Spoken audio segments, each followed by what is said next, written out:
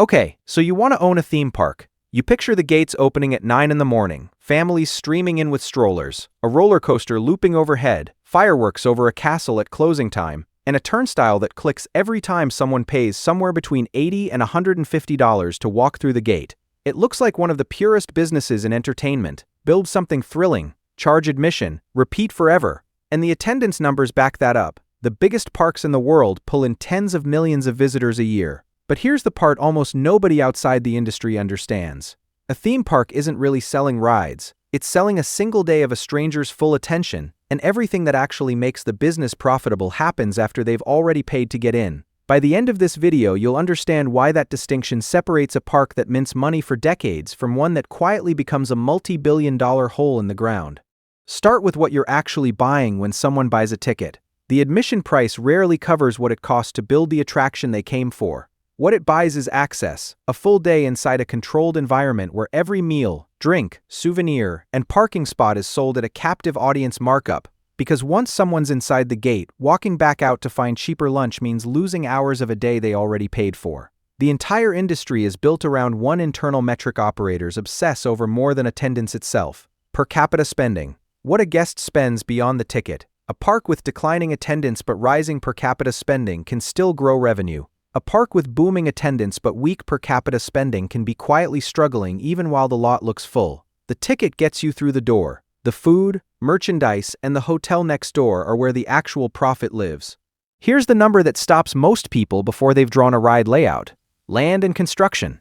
A park needs hundreds of contiguous acres close enough to a major population center to draw sustainable attendance, so the land is rarely cheap. A single marquee coaster or dark ride can cost $20 to over $300 million, and a park needs several of these just to be a full-day destination rather than a stop on the way to somewhere else. Add the infrastructure nobody photographs: sewage and water systems sized for tens of thousands of daily visitors, backstage tunnels, and queue design engineered to disguise wait times psychologically, and a full-scale destination park realistically costs well over $1 billion before a single guest walks through the gate. Once open, staffing swings wildly between a slow Tuesday in February and a packed Saturday in July, and maintenance is mandatory, not optional. Every ride undergoes scheduled inspections, and a signature ride sitting closed can measurably depress overall attendance. None of these costs shrink during a slow season, because the park still has to open every scheduled day, fully staffed and safety compliant, whether 5,000 people show up or 50,000. Now here's the mechanism that makes this business fragile in a way most people don't expect from an industry built on nostalgia.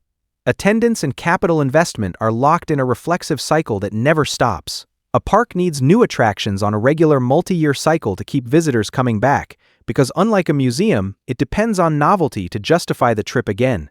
Skip that cycle too long and attendance erodes steadily as the park slips down the vacation list against competitors who kept investing. Eroding attendance means less revenue, meaning less capital for the next attraction, locking the park into building something smaller or delaying it, which erodes attendance again. A park winning this cycle can fund a new headline attraction almost entirely from the cash flow the last one generated. A park losing it ends up justifying a 9-figure investment with a declining visitor base right when it can least afford to get the bet wrong. Weather and the economy compound this. A soft economic year doesn't stop the trip entirely, but it reliably shrinks per capita spending. Families skip the souvenir, share a meal, downgrade the hotel. A single unusually rainy peak season can meaningfully dent annual results in a way steadier retail businesses never experience. And because so much of the cost base, staffing, debt service, maintenance, is fixed regardless of turnout, a modest decline in attendance and spending together produces a wildly disproportionate decline in profit.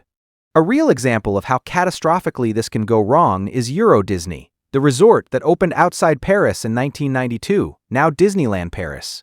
The company assumed European visitors would spend like American ones, freely on food, merchandise, and multi-night hotel stays. That assumption was badly wrong. European visitors spent far less per capita, stayed shorter trips, and were far more price-sensitive about the premium hotels built expecting to fill them at American rates. Combined with a European downturn and ballooning construction costs, the resort was losing money fast enough to put its survival in doubt within roughly 2 years, reportedly hundreds of millions in losses for a project pitched as an almost guaranteed success. It took an extraordinary debt restructuring and years of repricing tickets, hotels, and menus around European habits rather than American assumptions before it stabilized into the profitable resort it eventually became.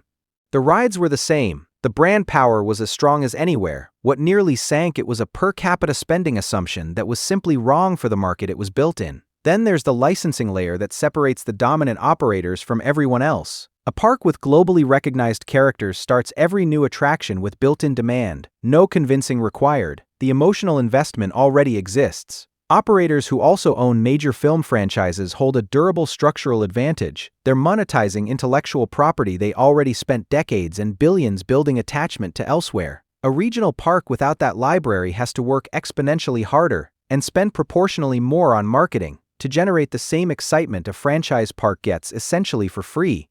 Let's put rough numbers on it. A major destination park might see 10 to 20 million annual guests, with per capita spending, tickets, food, merchandise, parking combined, running $70 to $150.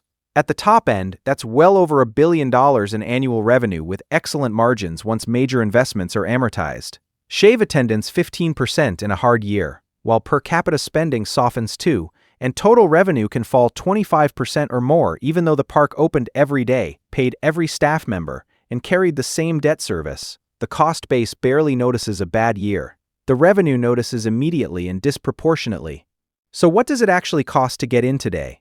A modest regional park might run tens of millions of dollars and be genuinely profitable serving a local market. A true destination resort with on-site hotels and multiple themed lands routinely costs well over $1 billion from land acquisition through opening day. Very few of these get built without a major media conglomerate's balance sheet behind them or sovereign wealth funds and institutional investors willing to underwrite a project that may not turn a profit for the better part of a decade. So does owning a theme park actually work? In the optimistic scenario, yes, spectacularly, and for longer than almost any other entertainment format. You secure a location with real population or tourism draw, fund the reinvestment cycle rather than skipping it, build or license IP guests already care about, and manage per capita spending as carefully as attendance. In that world, a well-run destination park can generate reliable, growing cash flow for generations. In the pessimistic scenario, you misjudge how a new market will spend, delay the next investment during a tight year, and watch attendance erode. A bad accident or a run of poor weather collides with debt payments on your last expansion, and you're stuck justifying the next 9-figure investment to lenders with a declining visitor base that makes the whole bet look far riskier than the original pitch. A theme park isn't really a rides business, and it isn't really a hospitality business either, even though it looks like both. It's a per capita spending machine wrapped in nostalgia, where every guest through the gate is a bet on how much more they'll spend once inside, and where the capital investment required to keep that bet paying off never actually stops. It just resets on a multi-year clock the moment the last attraction opens. When that flywheel spins in your favor, the economics look almost recession-proof. When it stalls, the same fixed costs that made the good years profitable become exactly what turns a soft season into a genuine crisis.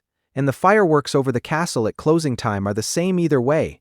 The only thing that's changed is what's happening on the balance sheet behind them.